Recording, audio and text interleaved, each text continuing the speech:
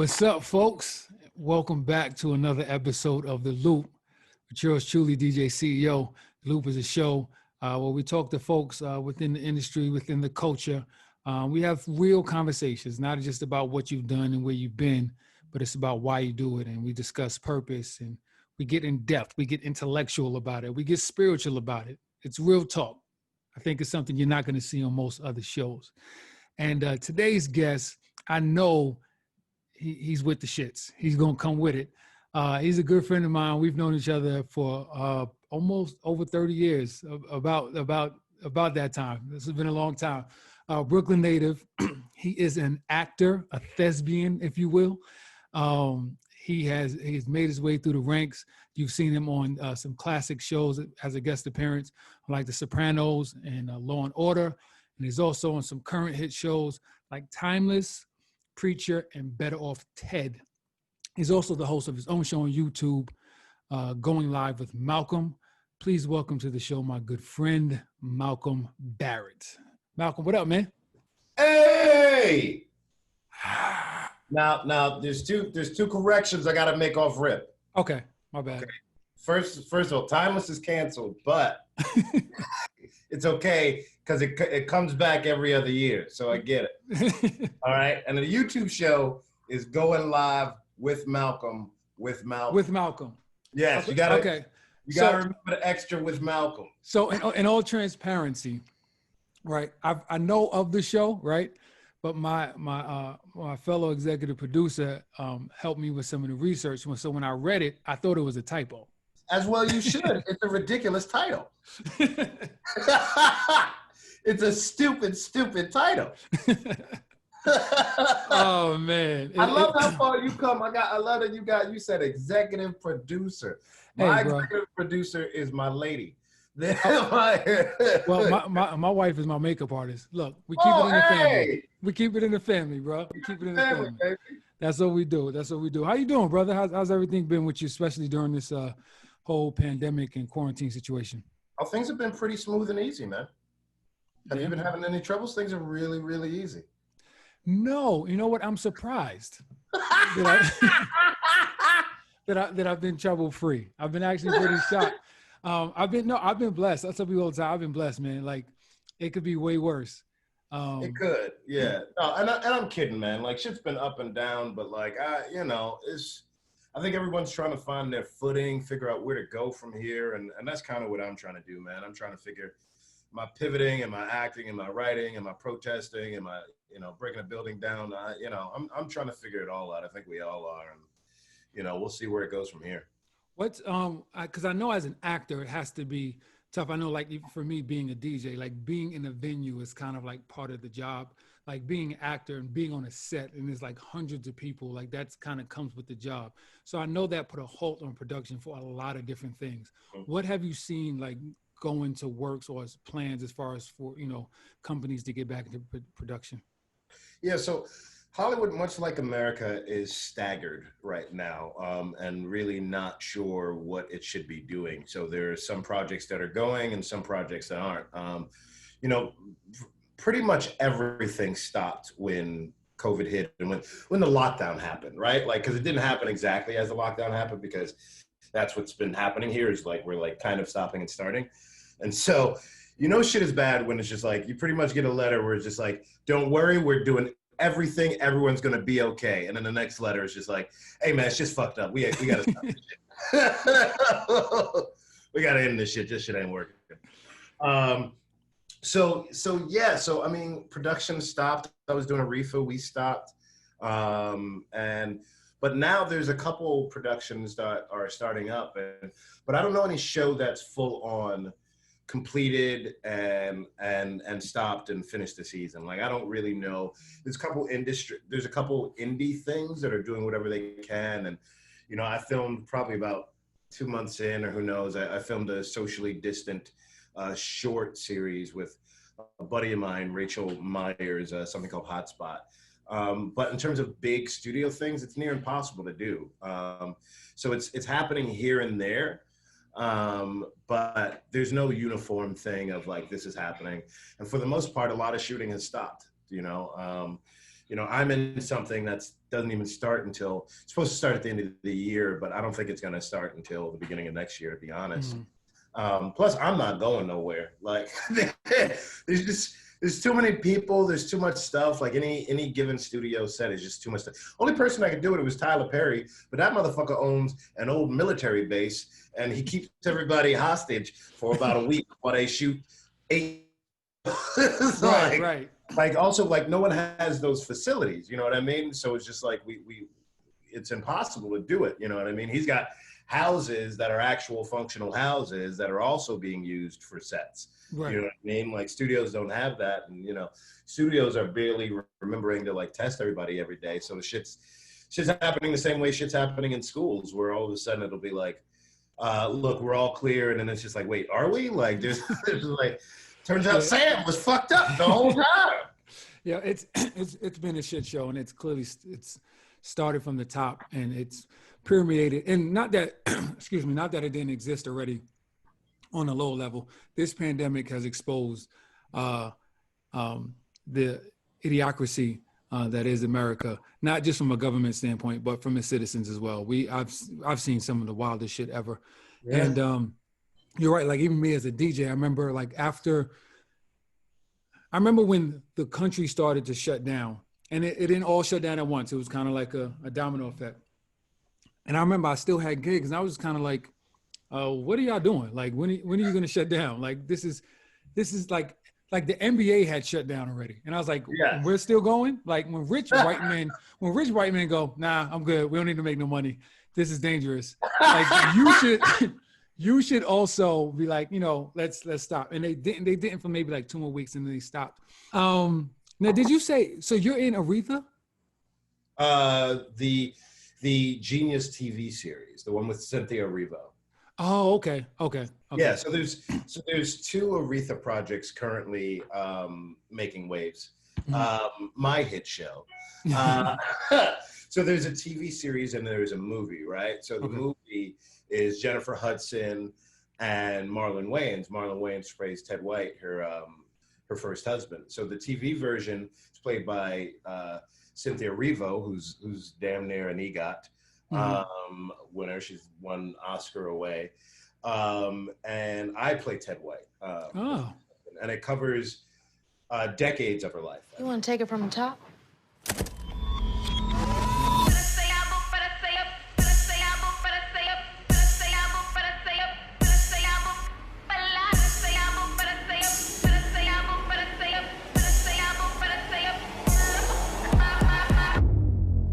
What kind of music do you really want to make, Miss Franklin? I want to make hits, Mr. Wexler. Genius, Aretha, this Memorial Day on National Geographic. The Genius Aretha series, which previously did Einstein and Picasso with Jeffrey Rush and Antonio Banderas. So this is the first American that they've covered, American character, obviously Cynthia Erivo's British, and the first Black person that they've covered, and female and first woman, and obviously Aretha is a genius for a million different ways, not just her singing and her talent and her creating and her composing, but also she herself was a part of the civil rights movement and worked with Martin Luther King Jr. and to rally folks around. So it's very timely considering where we are, but unfortunately civil unrest and the subject matter is always timely in America. Always. It always bugs me out when the media, when there's some civil uprising, like the media acts like racism is like a new phenomenon. It's like the country's in civil unrest that like we've never seen before. And it's like, what? Yeah. No, but you know why, man? It's because it's white people writing the articles, right? Like, of course. I mean, like, let's like be really honest, call a spade, so to speak. Where it's just like, there's this thing, this meme, this idea that folks are making fun of, where it's just like Black people are just discovering that racism exists after, George Floyd. And it's just like, if you haven't been listening, like there's nothing that shows how much you haven't been listening for this to seem novel in any way, shape, or form. I was actually very stupefied by this movement and by white people's awakening. I was very happy because, I've attended protests and I've been there, and for the first time, and I've been a a part of different protests at different part of my life. But this is the first one where I've seen white people put their bodies in front in any way, shape. Yeah, yeah. I want to say thank God for COVID for that, because I think if it wasn't for COVID, we wouldn't have seen it. To be like, not even joking, like very seriously. No, I'm very interested in how COVID has affected the political climate in terms of what people are able to do and what they're not able to do. So I don't truly know. I do think I think people got time. I mean, I tell you this, I haven't been going out, and the few times I've been going out, I go up masked out, I bring hand sanitizer and alcohol, but the few times I've gone out has been for protests, when I first went out. Because it just felt like it was the only thing I could do to do something, I feel you. They've had protests out here, but it's too hot in Vegas to be outside. I use my talent, which is my voice, and I have conversations, and I get conversations going and stuff like that. I do my part, but hitting the streets, it's not. That's not. I've done it in the past. You know what I'm saying? Like I've done it in DC, I've done it in New York, but Vegas, it's a little different. You get a different badge if you out here in 110-degree heat protesting. But let's get into. I definitely want to get into because we're gonna get back to just kind of what's going on in the country and how we do our part. But I want to get into you and even just how you got to where you are. Like you and I, like I said, we grew up in Brooklyn. I think we did kindergarten, elementary school, maybe. I think all through elementary, right? Up until junior high, because you went to PS11 all through. Yeah, right? And then I went to 113. Oh, and then we were at 113 together too. Yeah, so maybe 113 was the end of it. Because you went to Stuyvesant. Yeah. I think we were in maybe different homerooms or something like that. Yeah, definitely. So what was it like for you growing up, and what were the things that were around you, maybe in your household or maybe in the neighborhood, that drew you to performing arts? There's a couple things. I've been giving interviews recently, and I feel like one of the mainstays were teachers that I had. I mean, I think I was a writer earlier in my life, like 5-6 years old. I'm writing like stories, I'm sure very much influenced by my mother, who's also a poet, writes poetries. And, she's an old Black woman in Brooklyn. So she's writing like every time there's like a fucking funeral and there's like a little, the programs and shit, she's always writing like the little poems. Okay. And shit like that, but she always was super encouraging of me being creative. And I think first or second grade, my teacher would have me write stories, or I would write stories, and then my teacher had me read them to the kindergarten class. So it was that sort of thing. My mom, I'll always remember this. My mom made a resume for me when I was very young. My mom would keep a resume. I think she started when I was like 8 years old. Wow. And she would add things, you know what I mean? And so if it was after school things, or if I do like some little journal, like a newspaper or work in whatever, some neighborhood thing, she would add it on there and put it on my resume. So I had a resume by the time I was like 8 years old and stuff like that. You know what I mean? It's like, if I gave a speech, cause I was writing, so I'd give a speech for this, I'd meet with the superintendent and maybe give a speech here and do something at church or whatever. So all of that was on my resume. Wow. So my mom was trying to prepare me for success at a very early age. Did she ever like explain to you why she was doing it, or she just did it and you remembered it, and like maybe later on you guys had a conversation about it? Yeah, I mean, I don't think there was one particular conversation, you know what I mean? I don't think it was like, it wasn't like this where like 40 years later, like I've got a career, and she was like, we were like, way to go with that resume thing. I think it was always sort of a thing. Like, I'm sure she said, like, we were just very honest. My mom was a single parent from, I think, the time I was 5 on. And my mom is sort of unorthodox in terms of she's funny. I get my sense of humor from her. So we're very blunt and very honest with each other. And so, and it was very clear very early on that wasn't what was important. Education was important to my mother. Schooling was important to my mother. And she thought I was smart and considered me very smart.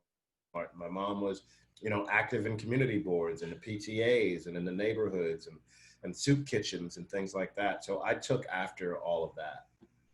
Well, clearly your mother wasn't lying because you went to Stuyvesant, and anybody from New York City knows, like, to go into Stuyvesant, like that's the creme de la creme. Well, no, wait, Stuyvesant is below Bronx Science. No. No, it's Stuyvesant, Bronx Science, and then Tech. Yeah, and I think they would switch off. They would switch off. Okay. Yeah, and I don't know. Yeah, I don't know what's big now. I don't know.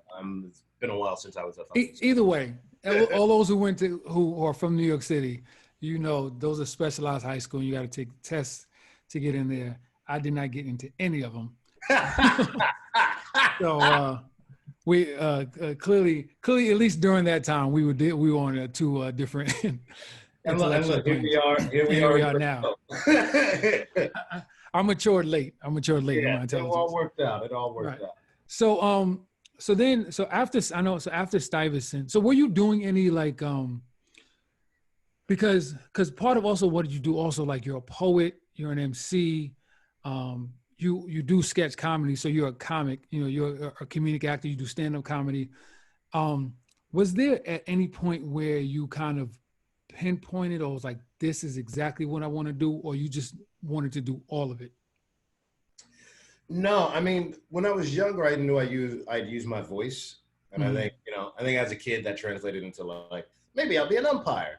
But then, like, as it grew, like, I was always writing poetry, so I knew I'd do something in that world. And then, like, you know, I'm a child of the 80s from Brooklyn, and so, like, you know, I was also freestyling, you know what I mean? I think I had one of my first freestyles in like Mr. Matarese's class or something like that, or and then I was doing the same thing in high school and in the neighborhood, you know, from Bed-Stuy and Fort Greene. So, you know, it always seemed like that was going to be something. And then, you know, high school was math and science. So at the same time, I was going to Science Skills Center. So I thought I was going to be maybe a biologist of some kind or something like that. And then probably junior, senior year, I mean, same time, I was always kind of going between art and math and science. And then I think there was a thing where I was the lead in a play and I maybe had to miss a Science Skills Center thing. And it was like, my lives are coming together. How do I resolve this? Why? How? Who am I?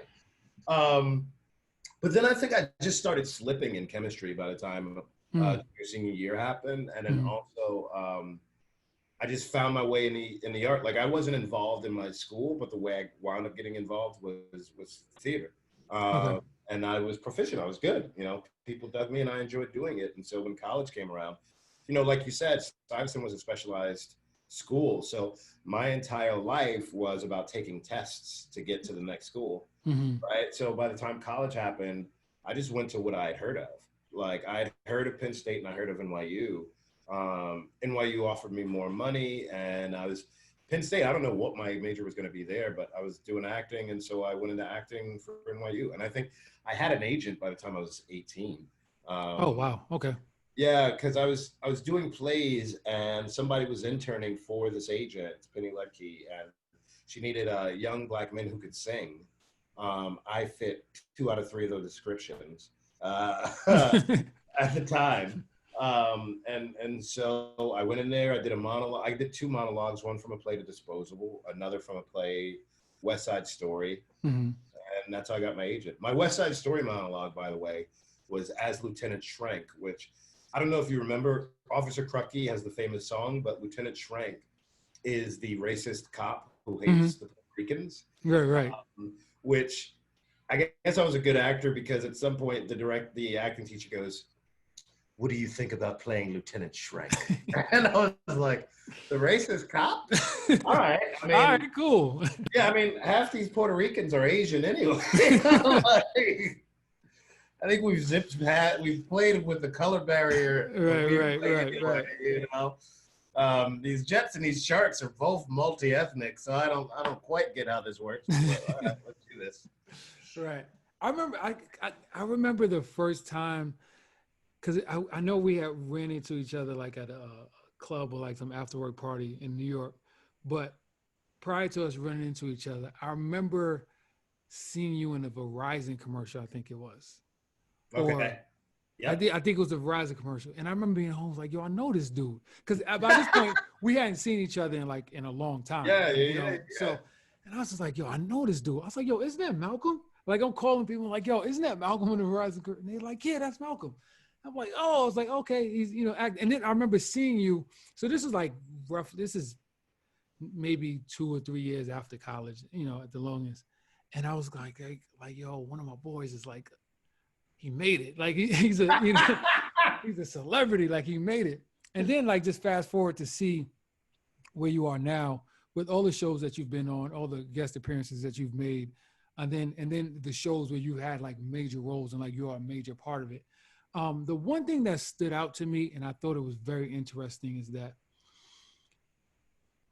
you're usually the lone Black character, right? But unlike shows and productions in the past, usually that one Black character is stereotypical in one way or another. Yours aren't. You might be the one Black character, but you're always an intelligent character. You're a smart character. You're a witty character. Is this something that that when it comes to roles that you're going after, as you're doing like intentionally? And if so, what do you feel like the roles that you're playing, how do you feel the importance of them are in the landscape of representation of us in Hollywood? You know what's funny? This is probably the second time ever I've been asked if that plan was intentional. And it is. I mean, I always thought it was pretty obvious that it was. Yeah, I mean, well, so one of my earlier jobs was Sopranos, right? And here's the thing, you know, we talked about this when you guested on my show, when you were on Malcolm and Malcolm, which is that like where we were from, being a smart Black kid from the hood wasn't that much of an anomaly.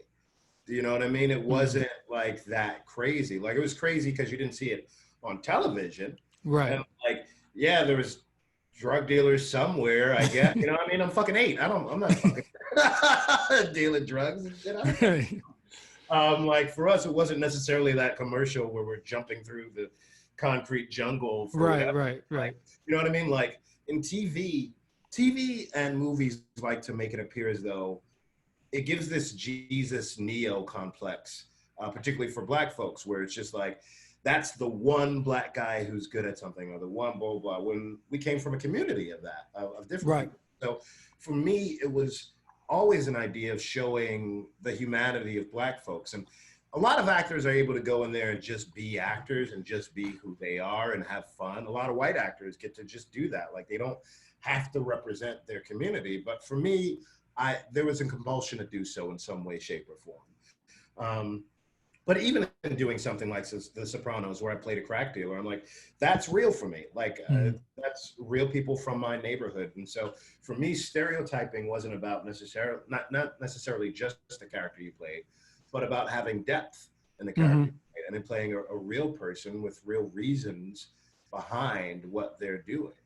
And so, you know, when I started, I think my very first role was in a movie was basketball player number 2 in King of the Jungle with John Leguizamo, which I had a very fun time doing. But I remember when I started doing poetry, the first sort of quip I had was, you know, Malcolm became a poet because he was tired of playing basketball player number 2. You know what I mean? And it was just a thing of like, I also think that when I started having meetings with people and auditions, people recognized my intelligence. And I also made a habit of, particularly in comedy, zhuzhing dialogue and ad-libbing where I thought it made sense. And also very early on in my career, I learned the power of no. You don't have to say yes to everything. And also, like, I grew up poor, so like, there's not, I did being poor. There's not, you can't make me trade myself for money. Like, it's just not gonna happen. Like I'll just go back to doing that again. Like, but not being, you know, I don't want to give up myself. And so, and you know, there's been times where I've had to make hard decisions about taking that role. And there's been things where I second guessed myself in terms of taking these chances doesn't mean it immediately pays off, and it doesn't mean that you avoid criticism. You know, so it's like, even in Sopranos, like that was a hard one for me to do. Like it was one that I debated for a while, because I was like, I don't know if I want to play crack dealer, you know, on a mostly white show. You know, and at the time, what folks don't always remember is that the Sopranos series was getting flack too from the Italian American community. Yeah. You know what I mean? Feeling as though, you know, not wanting a representation of mobsters, of Italians as mobsters on television. And so, you know, making these decisions aren't easy in the moment, although in hindsight, they seem like they're a lot clearer. Right. And so it's been a very active thing on my part. And it's going to be a thing that you're going to have to be active about, because Hollywood is still behind. As liberal as the sign is on the door of Hollywood, it's not as much so when you get inside the building. Right. And so, you know, it took me having to create these things, have a say, you know, in Timeless, you know, which is an amazing show, but they were smart enough to also listen to what I had to say on top of having amazing writing. And it was in the DNA that this character was a genius, was one of the smartest people in the room. But for me, I think I added wit and dialogue and timing, and certain things that weren't always seen. You know, I was very proud. The two biggest things I brought to the pilot of Timeless was when we first get off the bus when we're in the past, right? And what happens in the pilot is that it's a cutaway scene. Like we're walking, and then you cut away to us getting off a bus, and Lucy, the lead character, going, "This is amazing." You know what I mean? And it was a long talk with the writers behind the scenes, at least to it getting to the point of us dealing with it in the way we dealt with it, in terms of going like, hey, so just so you know, this is my character's first time on a bus in you know, first time facing possibly legalized racism or segregation. I was like, you know, I asked the question, is this bus segregated? And I don't think enough people, or if anyone, had asked that question before that scene happened, because nothing was taking place on that scene. But me as a Black person doing my character and knowing where we were was like, no, like I was like, okay, so where are we, in Philadelphia, New York, or Jersey, wherever, you know, and the rules were different. Like I had to read up, and that's the thing. When you want to have these opinions, you have to read up and be knowledgeable, because you're going to run into hurdles or people who aren't sure or resistant, right? You know, what I'm used to. So that's how it wound up getting to a line of me ad-libbing when I got off the bus, of the lead character going, "This is amazing," and then going to me and going like, "Well, the back of the bus was awesome." You know what I mean? And so so when you ask, is this a conscious effort? Yes, it is a very conscious effort to be more than Hollywood would have me be. I think that you mentioned the point about like having to struggle with the, you know, with the Sopranos role as far as like being the drug dealer. And I think for Black folks in entertainment, Hollywood, music industry, whatever, our battle is always the balance of representation. I think sometimes we get caught up in this argument and to act as if these things don't exist, right? And these things aren't stories that should be told, because they are informative, they can be entertaining, can be cautionary, but they're real stories, like, you know, drug dealers or drug abusers, you know, and the things that go on, not just in the Black community, but every community. But because there's been such an imbalance of our representation, we're always going to be like, no, we don't want to do that. And it's understandable. But I think to your point is that if you're going to do the role, that you do your part to add depth to that character, so that drug dealer just doesn't come across as an animal and he doesn't know any better and he's just born this way and they're all this way. And it's like, no, you know, you add depth and you add personality to this character to understand the reason why this character is making these decisions is because of these circumstances and blah, blah, blah. And that also comes from writers, and you need Black writers in a room, right? Because if I don't know if there were Black writers on the show Timeless, but I'm sure if they're not, the white writers they're not gonna understand the complexity of being Black during a certain time period in certain locations. They would have never thought to ask, well, is this bus segregated? Because all they know is that when it comes to blacks in the 50s and the 60s or whatever, like, yes, there was discrimination, there's racism, and they were being treated badly, but they don't think about the small nuances that we automatically are aware of. Like, if I was here, this would be the case. It wouldn't just be the fact that I'd get hosed down and it'd be dogs sick on me. It's, you know, a situation was like, no, like I'm have to sit in the back. And if the bus gets crowded, I'm gonna have to get up my back seat too if white folks want to sit back there. You know what I'm saying? So it's important that, and I'm glad that you know, in that situation that you use your voice, but also speaks volumes to the fact that you need black writers in the room. Or at the very least, consultants of black culture and experience when you're doing black characters. Yeah, no, you need writers in the room. I mean, and that was the benefit that Timeless had. It's probably the most multi-ethnic writers room no, it was the most multi-ethnic writers room I'd ever been a part of. And it only had 2 black people in it. That's more than most of the writers rooms I'd had in it, you know what I mean? Okay. But it also had other people of color, it had gay people. So I think Kripke and Sean Ryan will tell you this, he wants people that aren't him.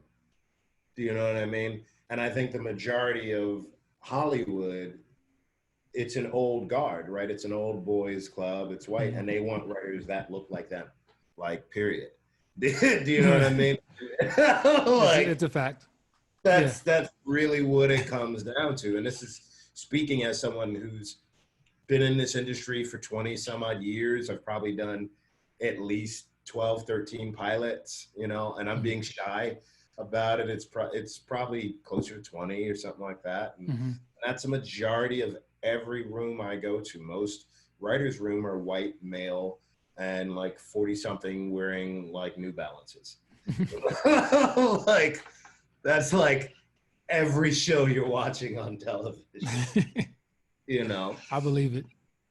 People get annoyed at Tyler Perry's work, and I'm not here to critique his work, but I think the thing is like Tyler Perry isn't any different than Adam Sandler. Do you know what I mean? Like Tyler Perry, except he directs more and produces and owns a studio. But like in terms of the level of humor, it's not that fucking crazy and different, right? Right. But the fact that there's so much more room, the fact that like Adam Sandler isn't also the biggest white studio owner that exists. You know what I mean? Right. That's true. So it changes things for us because we suddenly get hypercritical and feel like all we have are Spike Lee and Tyler Perry.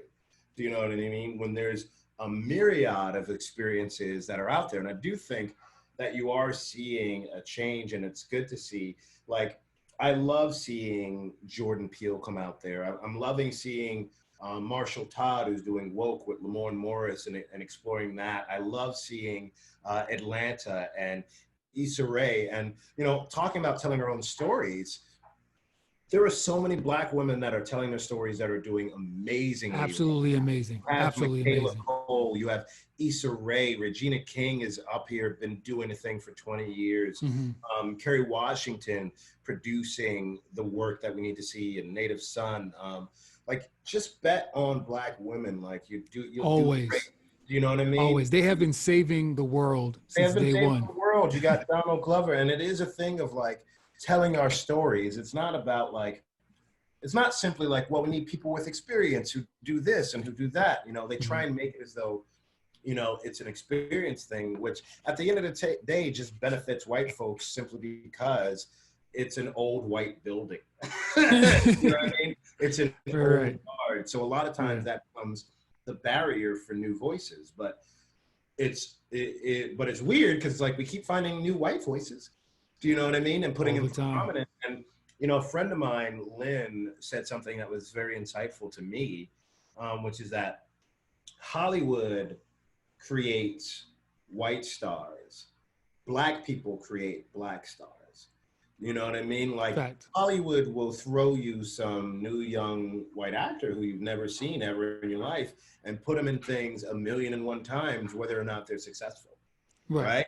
Meanwhile, like, all of our actors are like 40 years old because we've been watching them for years. And all of a sudden they're a breakthrough star. All of a sudden, you know, Regina King is a breakthrough star. All of a sudden, you know, Gina Prince Bythewood is a breakthrough director. And it's like, these are people who have been here for 20, 30 years. Yeah. And Hollywood is just now embracing them. They've been sustained because Black America has sustained them. Right. You know what I mean? Like a lot of these other white stars, that's the thing that we don't get with our white counterparts, is that they're sustained through Hollywood, through the studios, pushing people who have a different measure of success than they do for people of color. Very true. And so that's what winds up happening. Very true. It's up to us to navigate. And, you know, I do see a change. There is a change, but I think regardless of the change that I am seeing, it's up to us to keep it going. There's no right that was won that people just keep. Right? Like literally fucking tried to take apart the Civil Rights Act and did. Right? So it's just like we keep having to vote over the right to be alive. Right. What's the Chris Rock? I guess it was recent that I don't know when the interview was, but I know it's gotten a lot of traction as of late. And he said it best when we were talking about the idea of progress. Right. Black people haven't progressed. It's that white folks have gotten less crazy. Mm-hmm. It's not that we weren't intelligent. Like it's not like we got more intelligent, that we got more qualified, and we got more worthy. We've always been these things. It's just been a group of people who have been denying us access to be a part of the conversation, to be a part of the representation. And now over time, you know, some of them have learned the error of their ways. Some of them are playing a political game, and then it's all about optics and whatever the case is, but it ain't got nothing to do with us. It's about them. It ain't got nothing to do with us. Racism is a failure of white society, not of Black people. Yeah, we ain't got nothing to do with that. It's a failure of white supremacy. Right. Or rather the success of white supremacy. I mean, white supremacy. Yep. You know what? You're right. The success of it. White supremacy is kicking ass, man.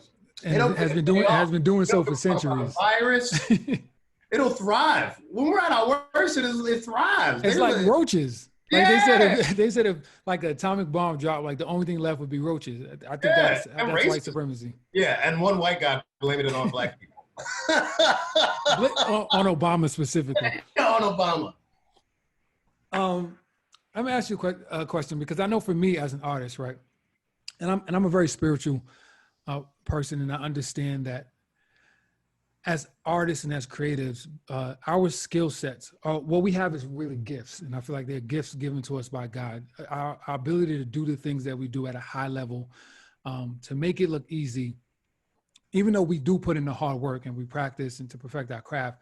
But the reason why I think we're successful is because we have a gift. It's a God-given gift, and it's I firmly believe like it's a sin not to share your gift with the world. So what I do as a DJ is I share my gift with the world. What you do as an actor is you share your gift with the world. And so we all have purposes and responsibilities within our craft. As an actor, not just you specifically, Malcolm Barrett, but just as an actor, as this vessel, what do you feel are some of your responsibilities and some of your purposes as an actor? I think my purpose as an actor, for me, the purpose that I've found has been about, like I said earlier, I think a part of it has been about sharing the humanity of people, right? I think selfishly, I enjoy playing different characters. And for me, emotionally, I think it allows me to explore things emotionally or psychologically that I don't always get to explore in my real life. Probably psychologically, there are things that I think about which make it even more interesting to do during the process, but definitely emotionally, it allows me to exercise some demons or put my feet in shoes I normally am not in. And, you know, there's also something revolutionary about bringing joy. You know, I think there's something to bringing joy. There's a revolution to laughter. You know, everything doesn't have to be super serious, and the best way to get a message across isn't always super serious. You know, I find a lot of the humor that I enjoy is spoonful of sugar. Do you know what I mean? Yeah. It's a lot of the Chris Rock stuff and Richard Pryor and Dave Chappelle and you know, going back before that, Lenny Bruce. You know, it's about, to me, everything has a message. I mean something in everything I do. I don't throw away anything. There's not, I mean, even down the commercials I've done, I don't throw away what that means. Like, talk about that Verizon commercial. I'm pretty sure I played a genius in that too. Like, I think you did. Nah, you definitely did. You definitely did. You know, so for me, I think there's always something to bring. There's always a humanity to bring. And unfortunately, there's kind of been civil unrest in one shape or another my entire life regarding Black people. So there's always this thing there. Susan Mory Parks, who wrote Top Dog Underdog, it struck me when I was in college and I wrote it because there's a foreword where it goes, must it be a political statement every time a Black person walks on stage? You know? And I was like, holy shit, every time there's a play with a majority white people, it is. It is, because all of a sudden the worlds are broken simply by us existing in front of them in a way they don't see us. Right. You know?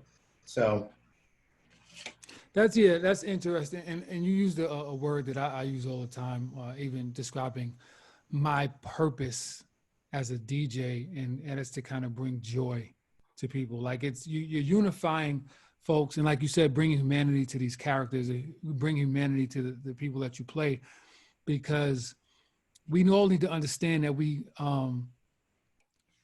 outside of the construct of racism and the divisiveness that has been propagandized, I think I just made up word, propagandized, divisiveness and our differences, that the truth of the matter is we all share a lot more in common than what we don't. we do. It's important. So I think as artists and as creatives, it's important that we do that in our work, to go like, yo, it's like, if you can party with me, then you should be able to have a conversation with me. Like, I mean, if we can share liquor, because liquor is not cheap in the club. If we can share liquor, right, then we should be able to have a conversation. Not that we need to agree on everything, but we should be able to come to understanding, because we just experienced a couple of hours of love. At the end of the day, that's what it is. If we're in this room and we're enjoying this music and we're partying and we're dancing and high-fiving, what we just experienced is a moment of love. So if we can experience it there, we should be able to experience it outside of the situation. I feel it's the same way when it comes to acting. Like, if I can watch a TV show or a movie and I can see Malcolm Barrett,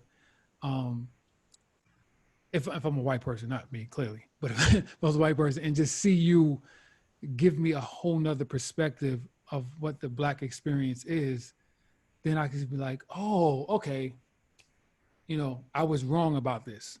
Yeah. Learn something from it. And I'm sure we learn stuff from other cultures as well when we watch them. Hopefully. And different stuff. Hopefully, but you just hope that their representation is honest and not a caricature of who they are. I want to change paces a little bit. I want to get into something I always found interesting, because when we first reconnected back on Instagram, I was like, why is his handle Verbal Be Rapping? Like, he's an actor. Like, I don't get it. And then and people who know you as an actor, like, shouldn't you be like, Malcolm Barrett, the actor, not Verbal Be Rapping? Tell me about Verbal Be Rapping. What is the Verbal brand? What is that all about? So I've been rapping since I was like a kid. I have one solo album out, The Backpacker's Guide to the Galaxy, and two duo albums out under the names Verbal. My rap name is Verbal the Rapper. And I have my boy Icarus. I rap, he sings. So we've been together, I think 5, 6, 7 years, met in college. We have 2 albums out, the first of which was called the Sin City LP, which was named after what our name used to be. And a new one is called Funhouse, which we released last year. I'll try, and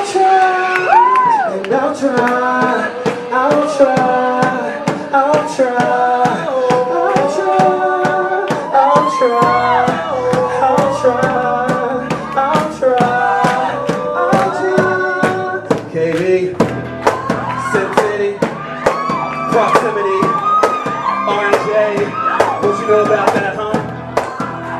Yeah,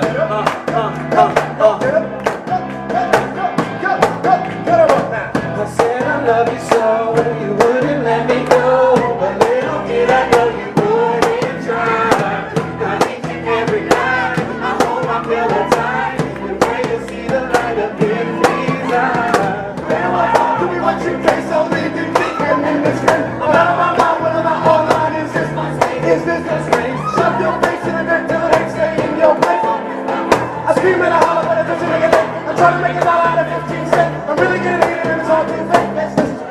I'm jump up, jump up, second just drinking, no one knows my name. Smoke your hurt, not earn like cake. And the star dies as he burns in the flame. So, yeah, so I've been rapping and freestyling for a while. You know, the bills get paid by acting, and folks know me more as acting. But like when I was in college age, about 25, 26, I was heavy rapping. I was doing shows in New York, sometimes in LA.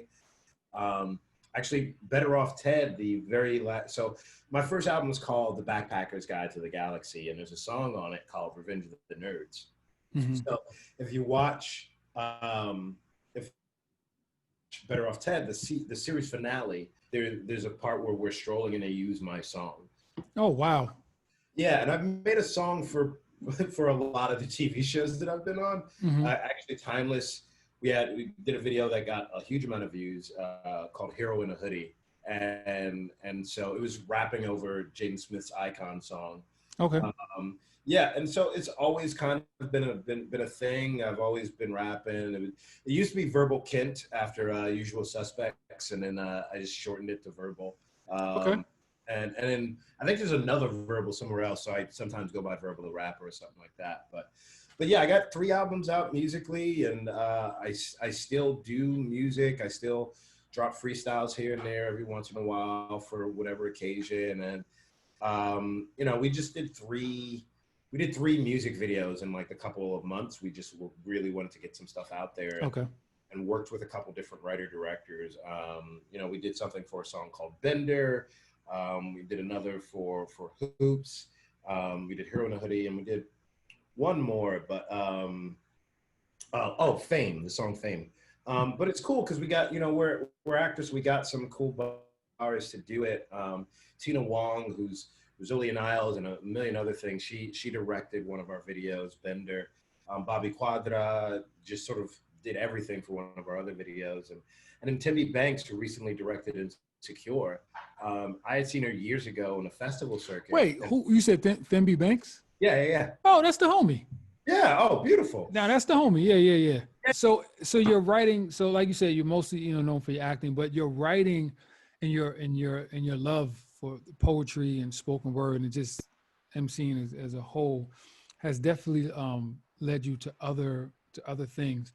So you were part of the New Yorican poetry team.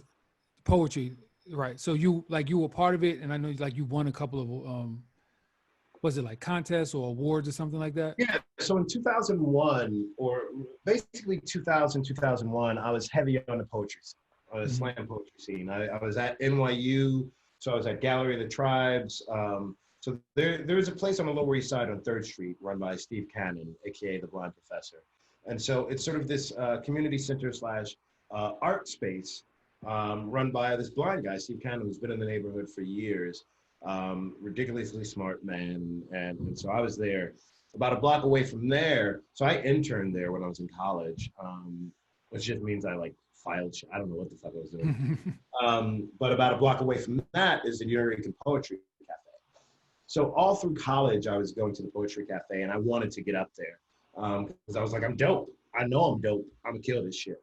Right. And I finally got it. It's the weirdest plan, and it fucking worked, which is that Felice Bell, who used to host over there, she would do this thing where she, like, to have fun, she would invite people to like maybe sing a song or something like that. And I knew that if I think she wanted you to sing the theme song to the Jeffersons. And I was like, if I get up there and I kill this shit, I know that'll somehow segue into me being able to ask if I can do poetry at some point. Right. And the stupidest plan I've ever heard of worked. And so I wound up doing poetry. And so I did it there. I did it at Justin's. Like, I was on the scene for like a heavy minute, you know what I mean? And I was probably, and then I was on the New York teams, 2001 with Mata Del Valle, with Jade, Ainsley Burroughs. Like these are all names if you're on the New York poetry scene. Ainsley's the homie. Ainsley now, Ainsley is the founder and he runs Sweet Spot, the erotic poetry. It's like an erotic poetry jam. And it's like, it's like global. Like what he's done with it is actually absolutely amazing. Ainsley's the homie. He was doing that. So Ainsley was the first person that taught me that like I could do poetry as a vocation. Because I roomed with him when I was at 2001. We were in, I think, Seattle. Okay. He would break out his chat books. He had them all out and organized and all of this and blah, blah, blah. And so I was like, oh, this can be done. Because I still was trying to discover what I was going to be. You know what I mean? I was probably in my 20s, but I was like, okay, I was still in college, living in the dorms. And I thought, okay, maybe I'll be a poet, you know? And I was still tutoring and doing a teaching artist thing, but I was like, okay, maybe I'll be a poet or a rapper, still doing the acting thing. Like at that point, any of that could have just as easily happened. Right. The acting just took off. I think moving to LA just changed things a lot because I didn't have a car.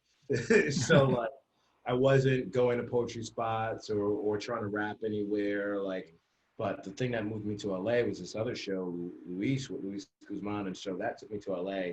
And so the rapping and poetry didn't happen as much, except when I went back to New York. Right.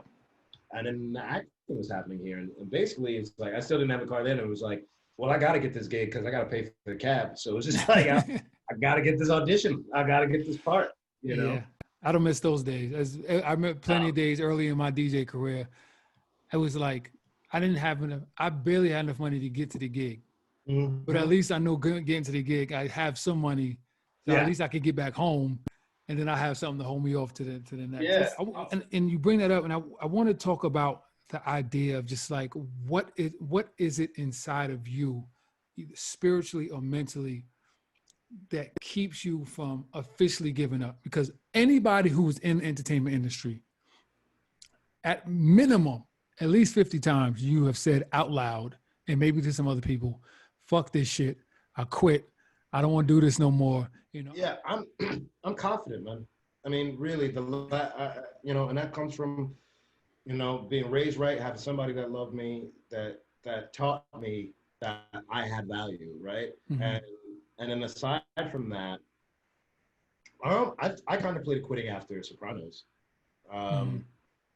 Heavily, I contemplated quitting, partially because of the weight of representation, right? Like that's a lot. Like it's a lot to have to deal with that. And it'd be easier to just live my life and do a thing and be a teacher. And I'm not thinking about that. Like I don't have to be as a teacher worry about like, what does society say? You know, outside of like actually dealing with police in my daily life, like I don't have to worry about what does this say about all Black people if I'm just a teacher, you know? Right. But when I take all these parts, it's a whole thing. And so that took a while for me, you know, the crack dealer thing. And then also, I remember saying this to a friend. I was auditioning for a lot of parts where Black people got shot in the head and called a nigger. And I know it seems weird, but when you actually think about it, it's more often than you think. And it's frustrating. Like I remember, there was a series of movies that I was just reading where I was like, what the, like Departed. Like it seemed outside. Look at Departed. I auditioned for the role of Anthony Anderson's part, right? Okay. Some point he gets called a nigger. At some point he gets shot in the head. Like there's some other movie where I think the Al Pacino movie, or what was it called, Underground or something, where at some point the character gets called a nigger. At some point he gets shot in the head. You know what I mean? Wow. And I was like, I don't know that happens to any other ethnicity. I don't know that I see Jews getting called a slur for Jews and then getting shot in the head in just movies about daily life. Do you know what I mean? Right. Like, and I was like, man, this is like 3 in a row. This is like, y'all love this shit. I mean, right. You can go back to early Scorsese with like fucking Samuel Jackson in either Goodfellas, I think it is, or something. Samuel Jackson is in that movie for like 5 minutes. Relatively sure he gets called a nigger, and I'm 100% sure he gets shot in the head. And like, that was the thing that made me almost quit, was seeing script. Because like I said, the biggest power I have now and the biggest power I gained was saying no. Like, and I think a lot of people are worried because this job is so hard about saying no. Mhm. And I'm not. I've been broke before. You know, when that toner thing happened, I was broke again. But I tell you this, I didn't take any part that like made me feel shitty or shitted on the Black community as a whole. Do you Right. know what I mean? It's just, I can do this all over again. I can do bad all by myself, man. And so that was a point where I almost quit and I thought about quitting. Um, but I've always been good at my job.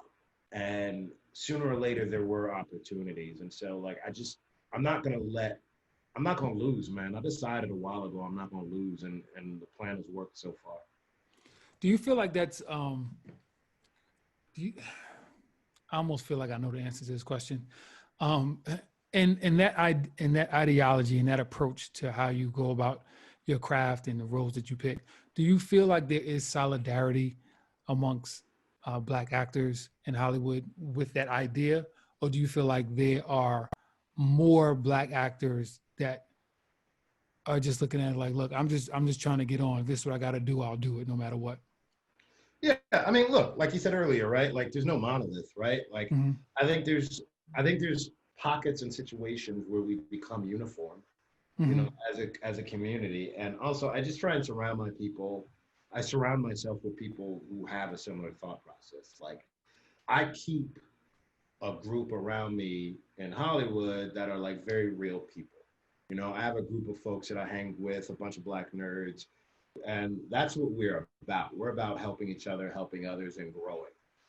So I literally have a community of people here where that's what they do. So I don't know how much I can speak to the greater community. I think we come together when it's necessary, and everybody has a different way of going. You know, I talked to Phil Lamar on my show months ago, and, you know, he'll tell you, he was like, I'm not an activist, I'm a survivor.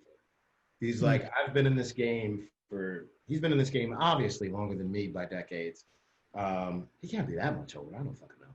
But he talks about that, and it's just like, he's like, I am a survivor. I'm not here to do this. I've been here, you know, and he represents, you know what I mean? He is Green Lantern, do you know what I mean? He's represented, he's one of the most prolific cartoon voices in history, in American history. And so it is a thing of, I think there's a certain amount of survival, but I think there's a community, you know what I mean? Black Hollywood exists in a very different way. I'm sure he would have a lot to say about it. And so I don't know exactly what Black Hollywood exists like today, even, you know, quote unquote, being a part of it, if I am in any way, shape, or form. I do think we come together, and there is a community when we're on sets. Like, the difference between like Black sets and white sets, it's very different. I feel like Black folks were always kind of thankful that we're there. We're like, can you believe this shit? You believe they gave us all this goddamn money to do this shit? This is fucking cool. Like, songs are being sung, you know, your hugs, and we're looking like That's that's anything. That's Black folks. When we show up to any space, public or private, we're the minority. When we see the others, we're like, yo. Yeah. We had like 2 really Black episodes of Timeless, and the set vibes different as shit. Set vibes was like, I mean, we're having whole ass church, and, you know, Black folks roasting each other and shit all day and shit, you know, whole ass songs and ciphers is happening and all this shit. You know? Oh yeah, it's fucking beautiful, man. I gotta get me a Black show, but one where I get paid on time, because they gonna fuck with money. That's why you see me in all this white shit. I need my check on time. Yeah, and so that's kind of tied into something that we were talking about earlier, in the sense that it's like, I know Black actors want to tell Black stories, because I know growing up, I always thought it was odd, right? Even you look at shows like Saved by the Bell, like this whole school, y'all got one Black person. Like, where did this one Black person come from, right? And you see it in movies, and it was always like a group of white people and then one minority, whether that person is Black, Asian, Hispanic, always one. Like, how did this one person end up in this place, right? So are you fielding Black production offers? Are you not? Are they not checking for you? Like, because most of the stuff that you are in are predominantly white productions. So like, why do you feel like it's that way? That's where money is. I mean,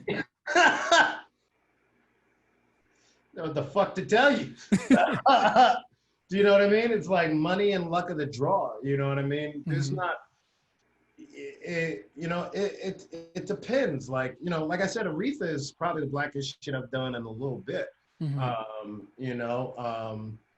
it's just it's production and radar. You know what I mean? Like, I feel like I don't get invited to all the black shit, but probably because I'm not like, I don't do whole, like, I haven't been a part of stories that were like wholly black. Right. Do you know what I mean? Like, yeah, Aretha's closest in a while. Like the last super black things I did, like TV wise, other than like Live My Black Life, was like, I did like a Mike Epps thing, and I did something.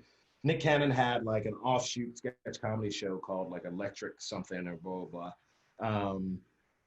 And I love both of them as comedians and all of that and blah, blah. But I tell you this, I'm gonna tell you this because I don't think it's gonna reach the white networks and broadcast. I can be honest with you. I ain't get my payment on time. Like, I'll be real honest with you. Like, I did the fucking Mike Epps shit, right?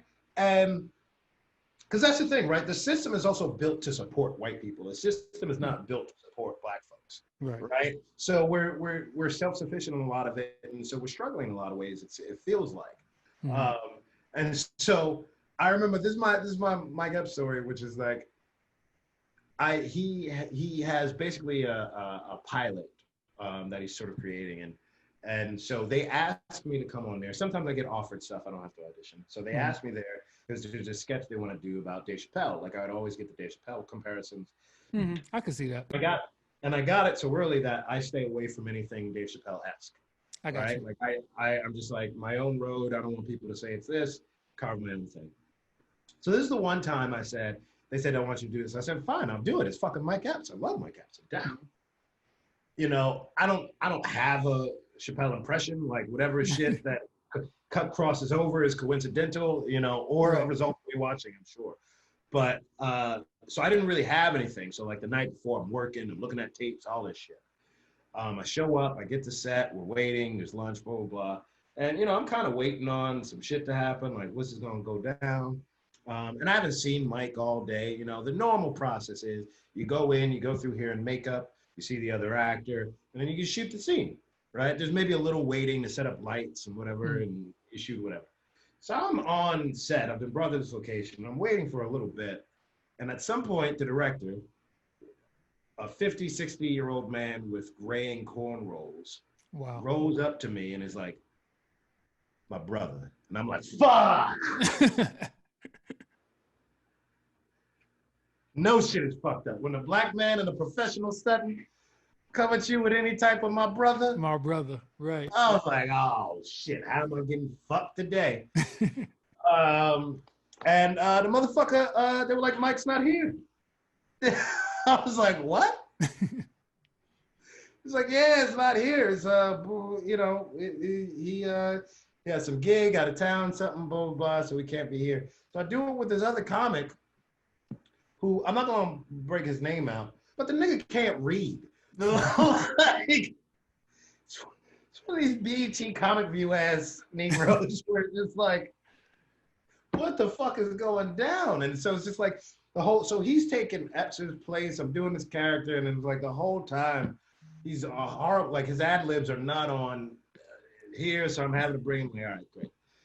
And then I did this other sketch comedy thing, and it's like the conditions were horrible. And then here's what happens. Because we are a minority, studios and whoever else don't pay us as much, right? And they know that we need, as a production as a whole, right? As people, as producers, we need the opportunities, right? And so because of that, a lot of times black shit or minority shit gets underfunded. Or because we can do without you, or we've had to do without you, we cut corners and we do these smaller versions of things that then get bought and sold to the general public. And so you know, that's why you have, like, you look at Jordan Peele and shit, like that shit was like basically no money. That shit was like not a major studio shit when it first came out, but like Right. the shit got big and now like he gets a little bit more budget, right? And he's still not making like big budget movies. Like none of these horrors are like huge budgets. Do you know what I mean? Like, so we still exist outside of the studio system until we prove ourselves in a way different way than our counterparts do. Right. You know?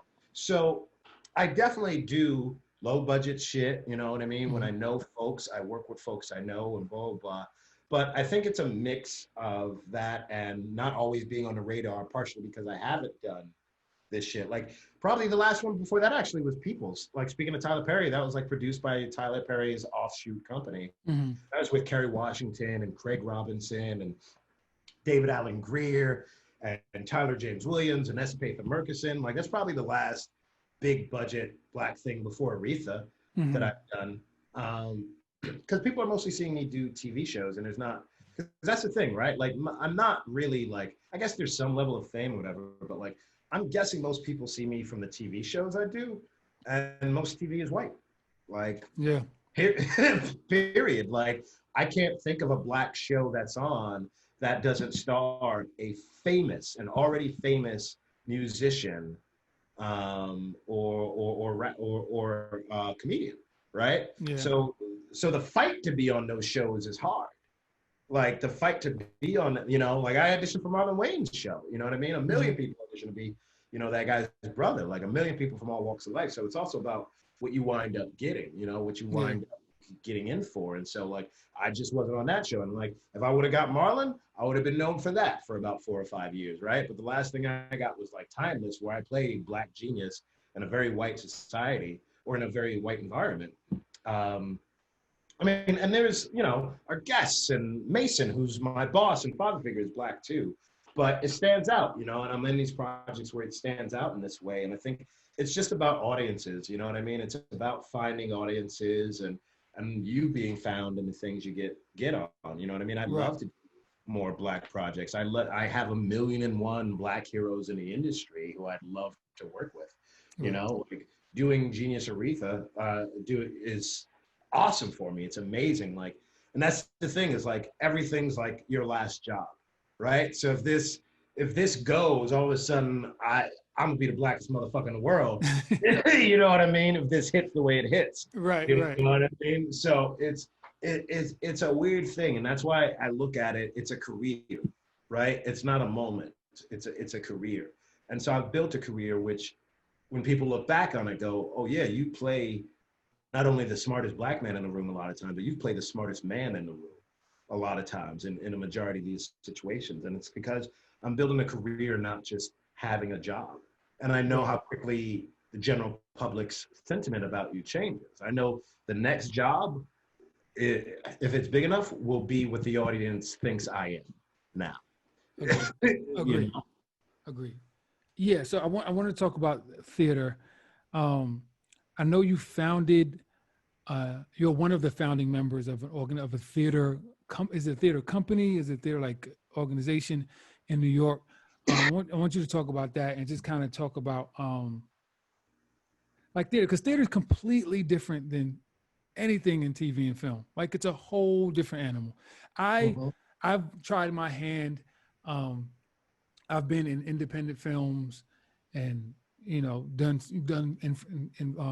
in front of camera things on, you know, on my own projects. I am deathly afraid of theater. Deathly. But talk about the organization and also, you know, just theater, the theater life in general. Yeah. So my background is in theater in terms of training, in terms of my craft. Like here's hopefully your audience will find this interesting. I'm like, this is fucking not interesting. But like that's my background, right? That's where I come from. And nonprofit theater. So when I was in New York, I founded a theater company called Real Theater Works, and it was a nonprofit theater company, and it was dedicated to the voices of the underrepresented. It was mostly minority company. I have a company in LA, and it's a similar principle, just larger and more multi-ethnic. It's called Ammunition Theater Company, and our goal, we focus mainly on stories we focus on women and people of color being in prominent positions, having decision-making positions and power in the company. So that was our thing, or that was the thing that I noticed in theater. Like, here's what was missing from theater, in my perspective as a young Black dude from Brooklyn. I wasn't seeing enough stories of people of color. I wasn't seeing enough stories of people of color in the lead.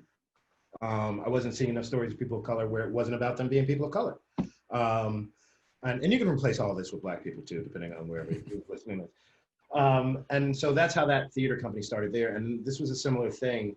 It's always an extension of it. Like my thing is always to give an opportunity to those who may not have one, right? Because that was me. Like when Hollywood looks at us, we're like the special little Black kid from the neighborhood who rose out of the gutter and concrete to become this amazing thing. Mm-hmm. And really, it's just about like listening to people, right? And like giving a hand to others. So that's the intention behind this theater company. It's a nonprofit theater company, as was my last one. We've existed for about 5 years. I've been the artistic director for all 5 years. Some of the others have changed, but we're all in this company together. And I love doing theater. I mean, it's, you know, we've been putting on for 5 years. Now we've sort of adopted to being online in a lot of cases. We do every second Thursday, we do a sort of variety show called Ammo Lives, where we have people from all walks of life. You know, we had former incarcerated artists, we have teachers, we have dancers, members of the LGBTQ community. And then we also have a new segment that I'm producing called Ammo Stories, where I think every 2 weeks we'll have a different member share just a story, and it sort of compares all of our lives. You get a glimpse into the lives of the people who are part of this company, while also seeing how different theaters change and what it's going to be like now that we're in social distancing. But I've always loved theater because it allowed me to be so many more things, and it allows me to use all the tools of my craft to my fullest extent.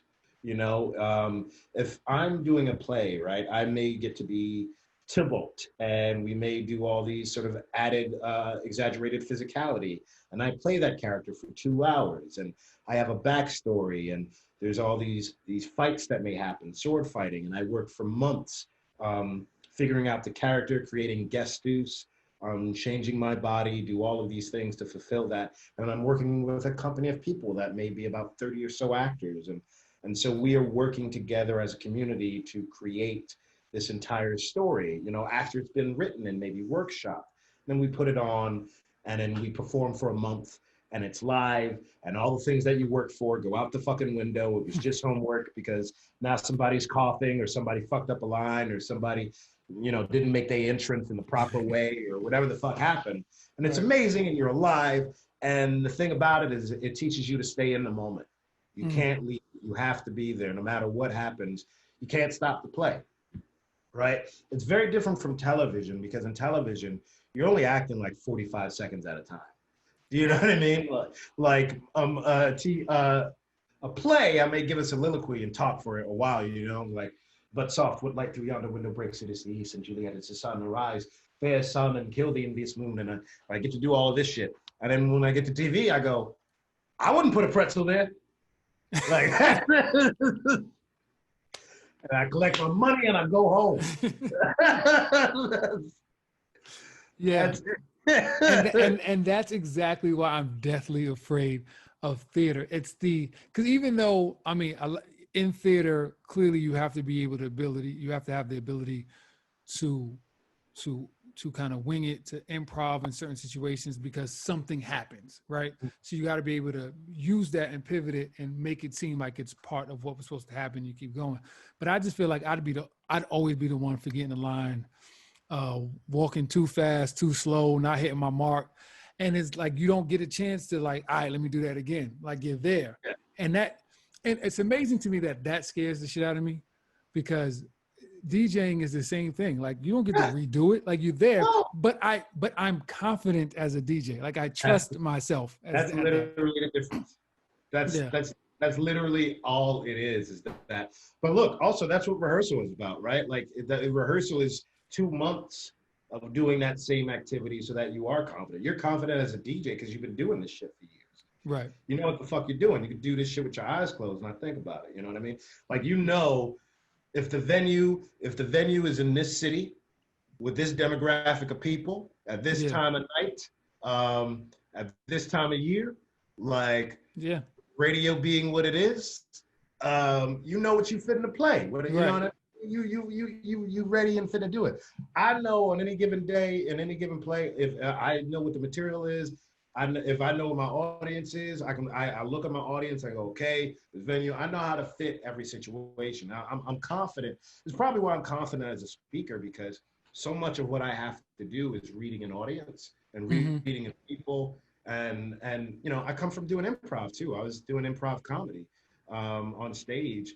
So I think between being a freestyle rapper and being an improv comedian, I'm comfortable on stage. It makes me super comfortable. I'm not, the worst comes to worst is I'll have to make stuff up, and I can do that. You know what I mean? I get it. Those are tools there's the tools that you have in your toolbox that can be applied to pretty much everything that you do. I want to talk quickly about your show. So it's live with Malcolm, going live with Malcolm. Yeah. Yes. Going live with Malcolm, where you interview different celebrities that won't respond to my DMs, but you get them. Good. We're doing something. Yeah. So talk about that and where that came from, because I know for me, the Loop was something that existed before the quarantine, but it existed in a different format. It was just me, and I was just pretty much speaking from an educational, informative standpoint on culture, specifically DJ culture and stuff like that.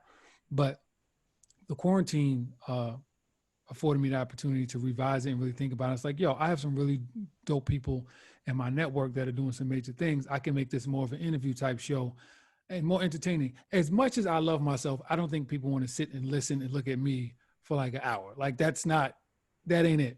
No, but it's working with your fashion sense. That's why you come in. I get it. I just don't think people care to listen to me that much. But so, I've been able to create it in this format. So is that something that kind of, because of the quarantine, helped birth your YouTube show? 100%. Yeah. So what was happening is I would randomly go on Instagram every once in a while. I have a buddy, Steve Zaragoza. He's always doing this shit. But I would randomly go on and bullshit, and then every once in a while, a buddy of mine would show up when I was doing the lives. And it'd usually be some actor buddy or something like that. And, people get a kick out of it, and it's just fun shit I was doing. When the lockdown happened, I was pivoting because, like you, I can't perform publicly. So I was trying to figure out what can I do and blah, blah, blah. And I was like, I should turn this thing into a real show. I don't know. I was thinking about doing it, and I just never followed through. And then lockdown happened, and I saw people doing IG live shows, and I was like, motherfucker. I was doing that. I should have been. What the fuck? I'd be so ahead of the game. And so finally I was like, all right, fuck it. Let me really do this. And I made a promise to myself. I said, I'm going to do 10 episodes, right? I'm just going to go ahead and say I'm doing 10 episodes of this show and see what happens. It was also sparked by working with my boy, Brandon, for our thing, Verbal and Icarus. He's known as Icarus. I'm Verbal. And so I was like, all right, I'll also create content for us, right? So we'll have something. So he's my first official interview, and it got totally erased. Oh, wow. Yeah. Because I didn't know what I was doing, right? When I was doing it for Instagram, and I was like, and Instagram had just changed its settings, so I was just like, okay. So that one's erased.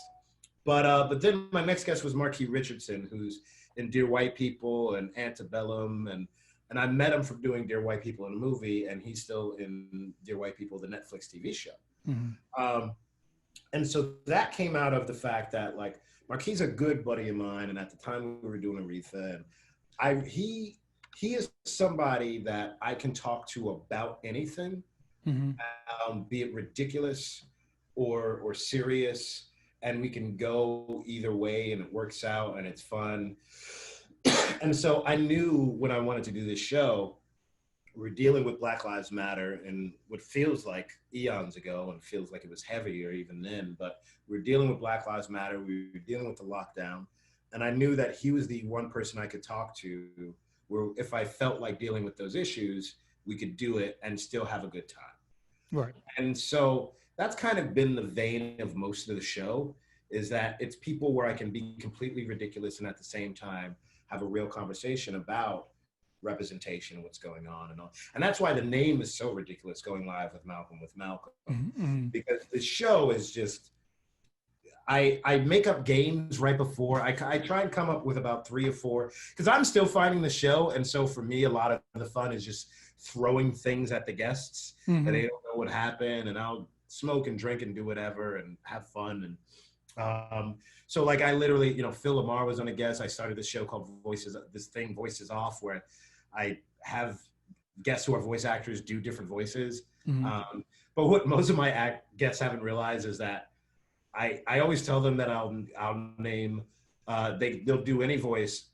I tell them to name, I'll name the character, the show, the year the show came out, and the episode number. What my guest doesn't know is that I don't know the information. And I know that I don't. Some of it I do know, but it's just fun here and it leads to really ridiculous moments. And I just had Rosa Salazar from Alita Battle Angel. And I told her before this thing, like now I'm starting to tell people now that I figure out what I'm doing. I was like, just so you know, things can get weird. So like bring you weird. And she goes, how weird? And I was like, oh, okay, this is going to be interesting. She comes, she's wearing like a full Little Bo Peep outfit or something like that. She's like a Latina Little Bo Peep. She's got 2 joints ready for me. She like made her own liquor.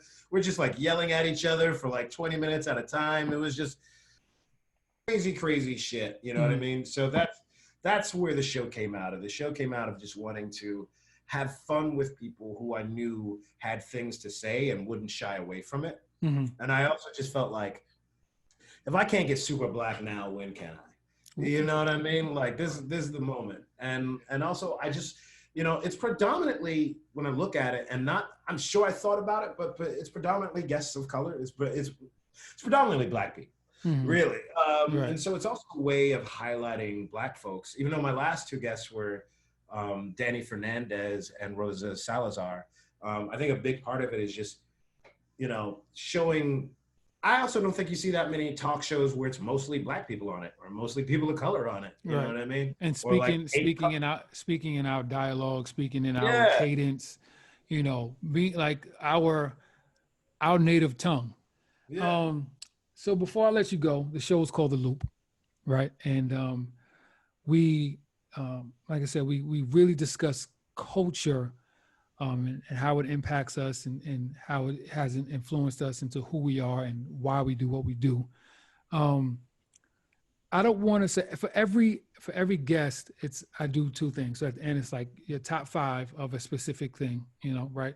And then there's one thing that you can listen to or watch on loop every day, all day. So I can't even pigeonhole you. I can't just put you in a box as an actor, because you're an entertainer, because you do so much. So I want to ask you, who are your top 5 entertainers of all time? Wow. Okay.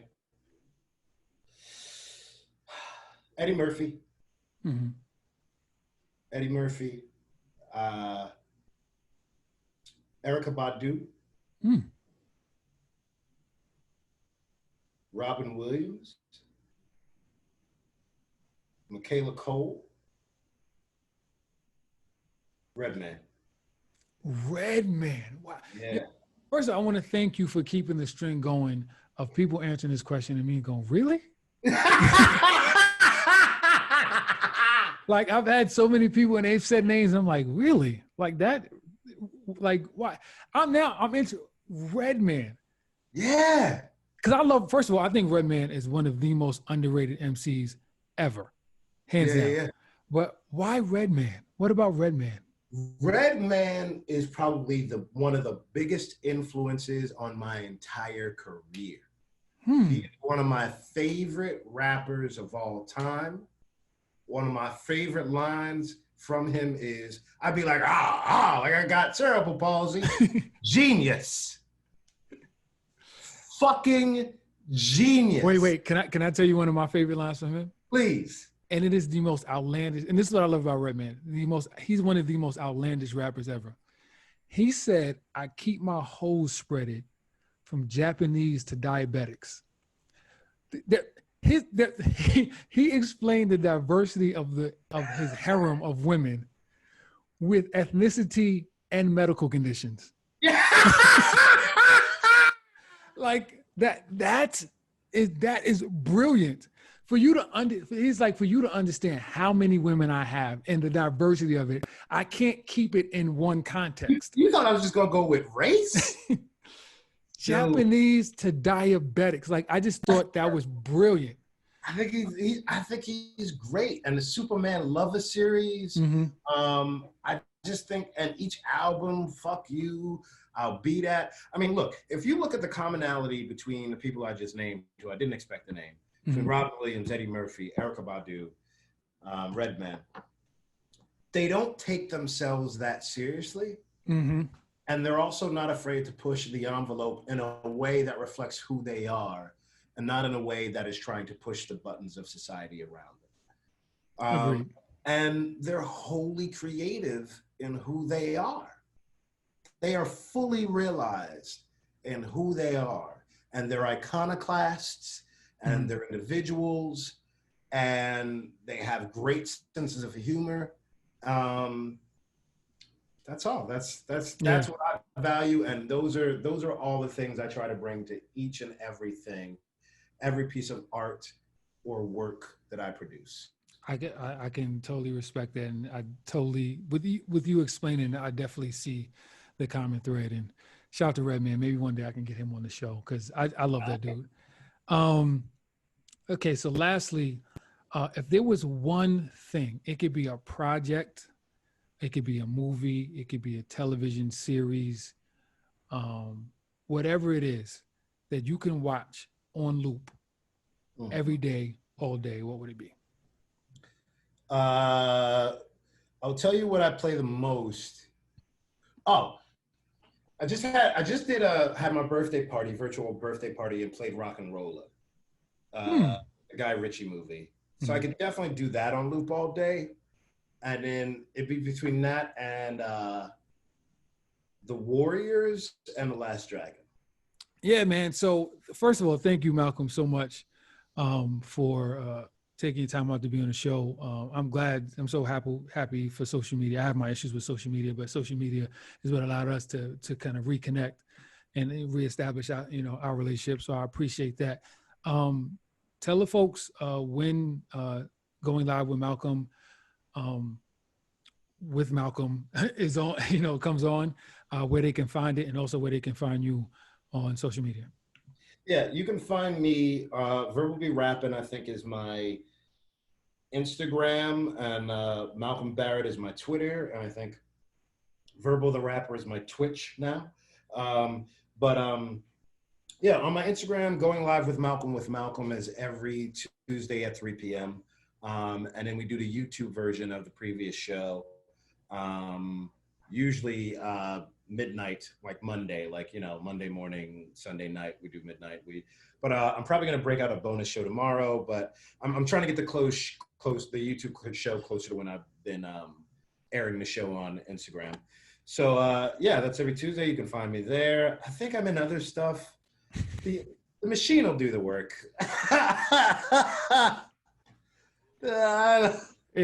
Yeah. Thing, you know what I mean? It's like that. When you got a lot going on, it's like, bro, I don't know. Just pick up your phone. You'll find me. I'll be somewhere. I mean, if you're on my Twitter or my Instagram, then you'll be, the thing I need to say is Going Live with Malcolm, right? Because that doesn't have advertising dollars. That's just me telling it. So, and go to amotheater.com, learn more about my theater company.